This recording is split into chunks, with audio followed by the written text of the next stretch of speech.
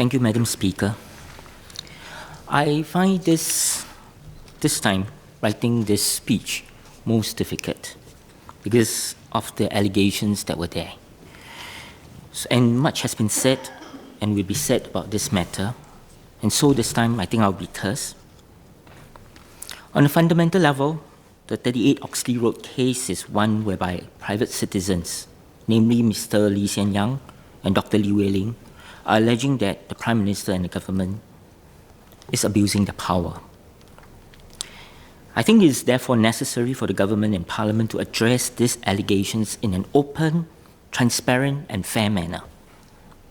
As mentioned in the Straits Times, in our tightly knitted Singapore community, when relationships are complex and interwoven, where duties and private relationships intermingle, how do we ensure that there are institutional checks and balances to prevent any abuse? This furor has raised many questions in the minds of Singaporeans I've spoken to. And these are some of questions that have been directed to the governments as well as to Mr. Lee Hsien Yang and Dr. Lee Wei Ling. And let me just share some of them here. Who drafted the last will? Why the rush to prepare and sign the will? And when Dr. Lee Wei Ling claimed that the Prime Minister had, I quote, angrily threatened to gazette 38 Oxley Road, is there anyone else who can corroborate on this allegation?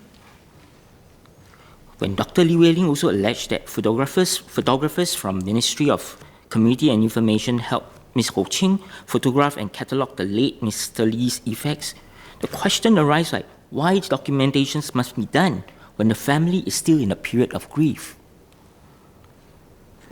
When Mr. Lee Hsien Yang and Dr. Lee Wei Ling allege, and I quote, "We feel hugely uncomfortable and closely monitored in our countries," does Mr. Lee Hsien Yang and Dr. Lee Wei Ling have any substantial evidence for this statement? Did the government investigate this statement, and if it has, what were the findings? Were Mr. Lee and Dr. Lee being interviewed and questioned after they have made these statements? When both Mr. Lee Hsien Yang and Dr. Lee Wei Ling alleged that the Prime Minister harbour political ambitions for his son, Mr. Lee Hong Yi, and again, where is the evidence? What is the Prime Minister's position on this? Since the government knew of the dispute within the family, why did the state not let the dispute be settled before considering possible actions for 38 Oxley Road? What is the reason for the government's choice for not taking the probate at face value and focus solely on the historic value of the house? Why must a ministerial committee be set up when we have the Preservation of Sites and Monument Board, which can decide on whether if Oxley 36 should be preserved, demolished, or any other options? What is it in this particular case that is beyond the mandate of the board that they cannot decide or advise? And how do we know in future when or whether should a ministerial committee be set up to look at preservation of particular sites and monuments? And in the case of the appointment of Mr. Lucien Wong as the Attorney General, was the President formally informed of the current AG's former role as Prime Minister's personal lawyer? If he was informed, then how did the President address this issue of potential conflict of interest? What does open, transparent, and fair means? To me, it means being able to find satisfactory and trustworthy responses to the above questions. It also means all individuals involved should get a fair hearing, their statement carefully studied by an independent panel, and these proceedings made fully available to the public as well, precisely because these allegations are serious, and that's why we are here today. The Parliament sits here to hear, as we have done, the PM's and DPM's elaborate statements, and I thank you for them. But I would say that now, it still sounds like a case of your words against mine and mine against yours. I believe the public would also want to hear from Mr. Lee Hsien Yang and Dr. Lee Wei Ling and all the players involved as well, in the same manner as a matter of fairness. As such, Parliament might be the right place to air the government's position, but may not be the right place to settle this issue once and for all, as some of the members have wished for. So we may probably have to consider another independent platform that will allow all parties to present their cases. Some people have spoken for the desire for closure on this issue. But what kind of closure do we want? A good closure is not just about restoring or maintaining faith and confidence in the government. It is also about the opportunity to scrutinize and interrogate existing systems and structures.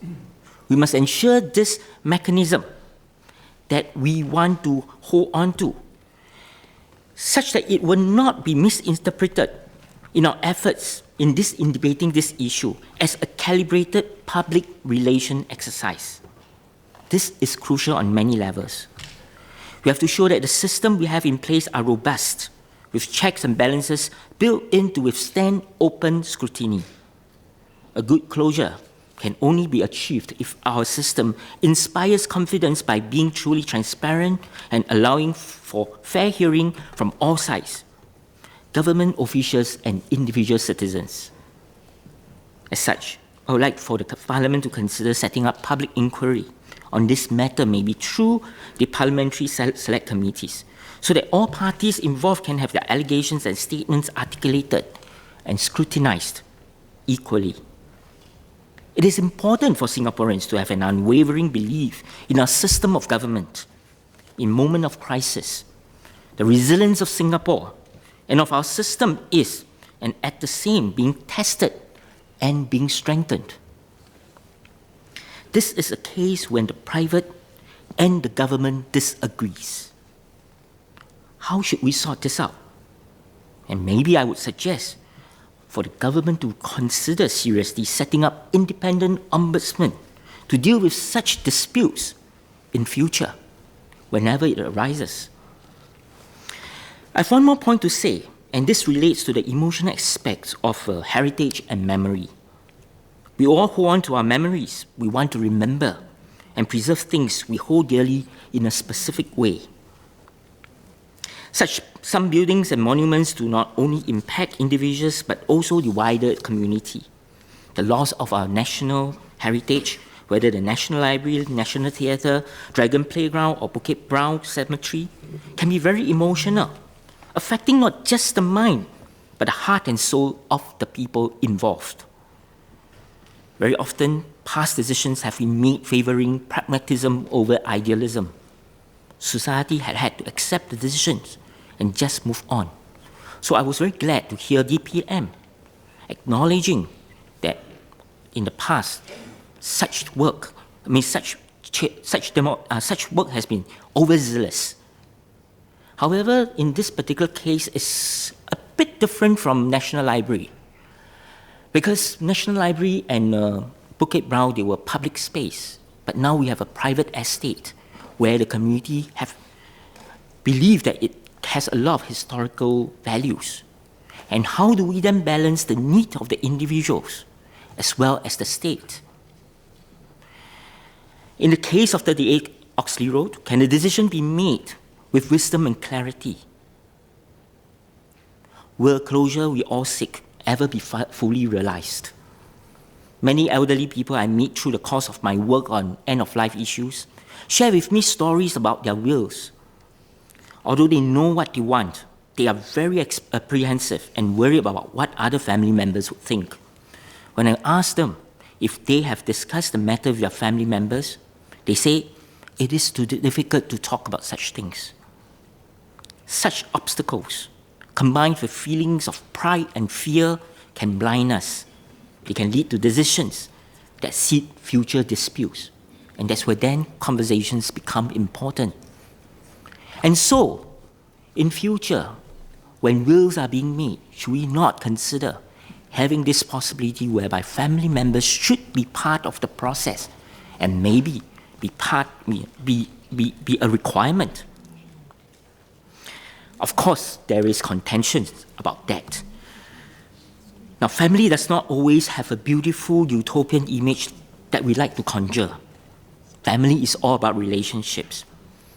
When there are disputes, how do we repair a broken relationships? Honestly, I don't know. if it is ever possible. Because in our Chinese saying, we have said this, 破镜难圆. A broken mirror can never come together.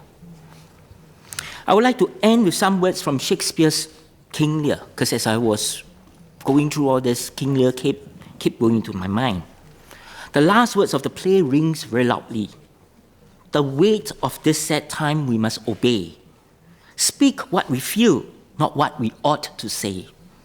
The oldest has borne most. We that are young shall never see so much, nor live so long. I hope this incident, whatever its final decisions, will only strengthen our resolve to make Singapore and its system even more robust, open, and transparent. Thank you.